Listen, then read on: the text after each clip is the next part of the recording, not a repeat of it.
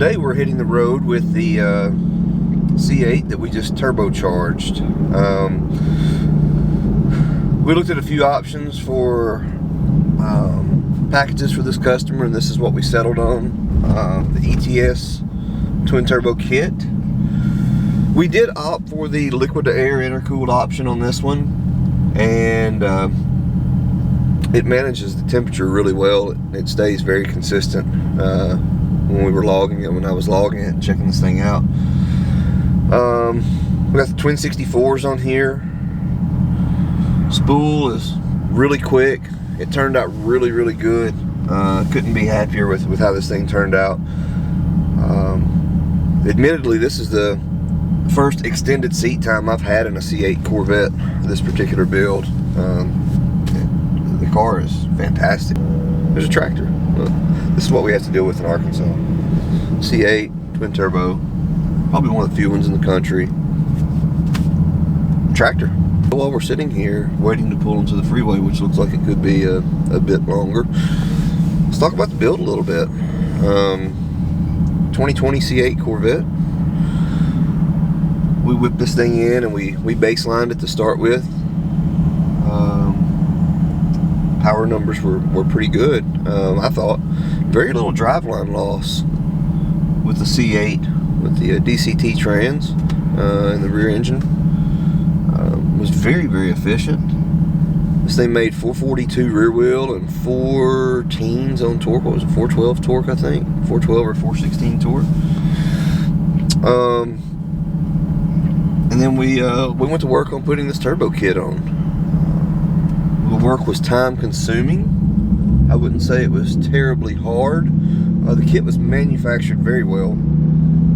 This kit's only 4.5–5 pounds of boost on the springs we got in the gate, or in the gates. That's the safe recommended range for obviously not only the stock engine but the trans as well. That's a consideration since there's no calibration available for the cars yet.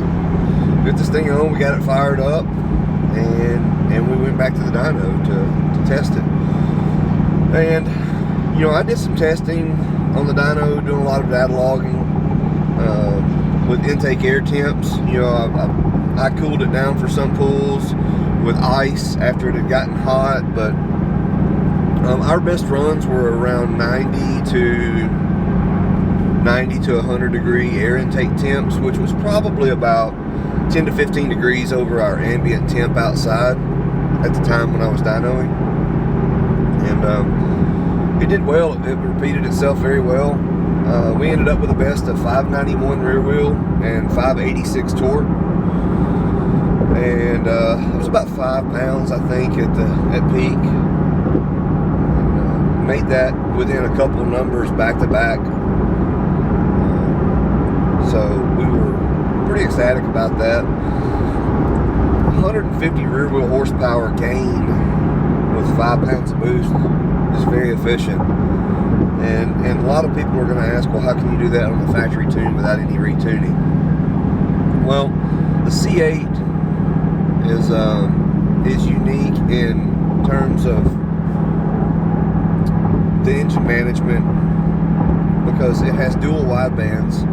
So it has a target air fuel of right around 12.5 to 1, which is plenty safe for a direct injected engine at this power level with boost. So the computer is going to compensate at wide open throttle, obviously, and park throttle on this car, you know, to control that air fuel mixture if there's any, you know, percentage of error. And there's not a lot of error actually on this setup. They did a good job designing the mass airflow portion to where the scaling is pretty close to a factory tune.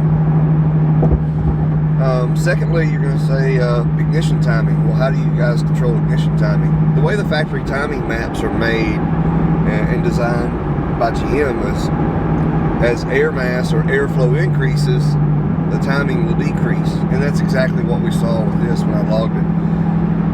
Stock timing was about 26 degrees of timing at peak, but you know, before we put the turbos on with the baseline, and it's only about 11.5 or 12 degrees at peak after the turbos. So if anything, it may be under-timed just a little bit. There may actually be a little bit of timing or a power left there if we were able to, you know, control ignition advance, but it is what it is currently.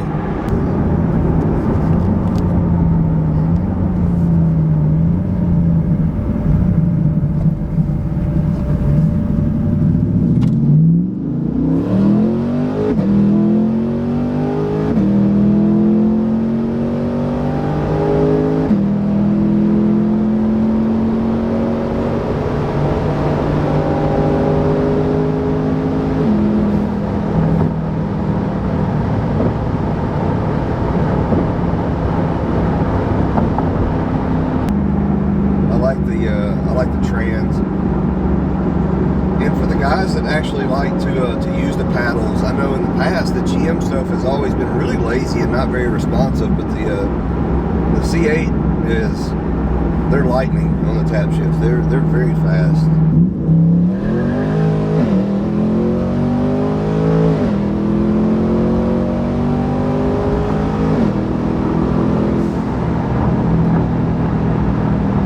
For giving us the opportunity to do this build, and shout out to John Barnes and Mike Pesco on the install. It's very clean, it's very well done. They took their time to make sure this thing was really right. So, you know, a lot of times, you know, the guys in the shop, you know, don't get the cred that they deserve on a lot of these builds. People just see the final product, and you know, a lot of times, you know, those guys, you know, go without much thanks. So we appreciate those guys, because we couldn't do any of this stuff without those guys putting this stuff together. It definitely takes prideful people that are passionate about what they do to do an excellent job, and that's exactly what those guys did on this build. They did a fantastic job. It looks completely factory. Matter of fact, if you didn't know it had turbos without looking at the back bumper, you probably wouldn't know that it had turbos. Well, I don't have any complaints or gripes. I think this thing is ready to get cleaned back up, detailed up, and go home.